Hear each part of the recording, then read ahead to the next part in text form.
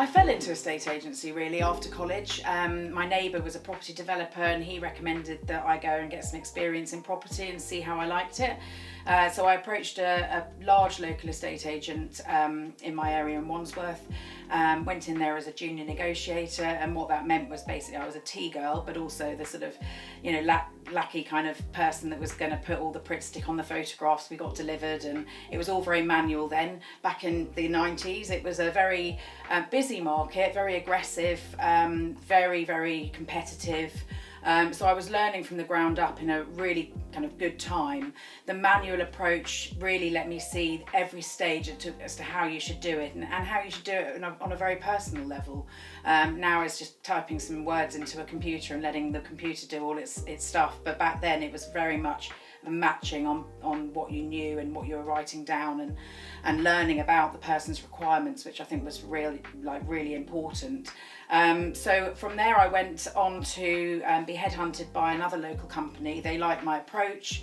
It was a very, very aggressive sales environment, and having a lady sort of that was a bit softer than what they were used to brought in quite a lot of business. You know, the general public liked to deal with somebody that was really, you know, looking after them and their best interests. So I took over an office in Balham, and shortly after that I started running their Tooting office in Clapham as an area manager.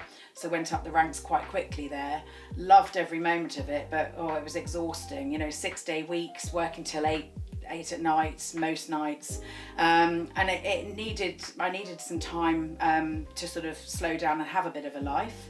So I went on to then working in Caterham and Reigate, and then soon thereafter I got moved on to offices in Weybridge and Walton by the river, which I loved.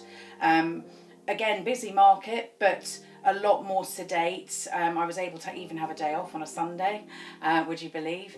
And I did that for about another 5 years. And then I very fortunately had my daughter. So I took a career gap for a while so I could be a mum and concentrate on her. And then property was in my heart really, so I have recently come back into it, but I wanted to start off on my own and use those skills that I've got, and the ability to sort of really translate to people that I care, and that, you know, their needs are important rather than the end result to an estate agent, which is ultimately their commission. So I decided to start out on my own and do things how I want to do them and how I feel the public needs them to be done to get the best results really. So here I am, and that's where I ended up.